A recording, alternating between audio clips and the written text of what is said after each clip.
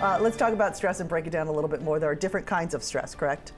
Yeah, absolutely. So, when we hear the word stress, we often think about stress being a bad thing or a negative thing. However, stress can be a positive thing. So there are two different types of stress. One is the positive stress, which we call eustress, and another type of stress is called distress. So eustress is a type of stress that is often associated with excitement. So one of the things that tends to cause me stress is when I go on vacation, and most people would say, well, but why? Why? Vacation, it's so fun, right? But I'm thinking about, am I gonna get everything in that I wanna get in? Am I gonna remember my toothbrush? Am I gonna remember everything? So it's stressful, right? But it's also exciting. Positive stress, which also gets me motivated.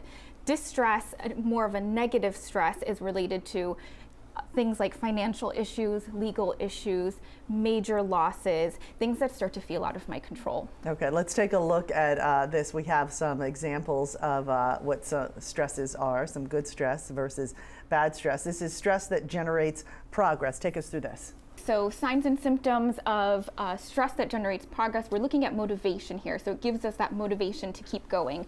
And things that happen when we are experiencing this positive stress are we have fewer colds and illnesses, we have much better concentration and memory, and we're able to complete more objectives. So if you ever think about taking an exam, there's a certain level of stress where we get motivated, we start working harder, we're able to concentrate. After it reaches this critical level, then it starts to become more negative. Heart rate increases, but it does return back to normal. Our blood pressure tends to stabilize, we have stable breathing, and it's much easier to fall asleep and stay asleep. Let's talk about stress that impairs progress. It's really simple. It's anything that blocks us from progressing.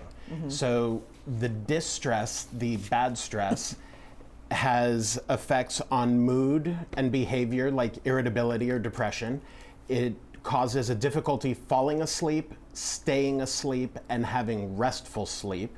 Some of the effects on the body include an increase in heart rate, rapid breathing, increase in blood pressure. When this heart rate increases and the breathing changes, it's not as quick to return back to normal, and it usually stays at the stressed levels for a longer period of time.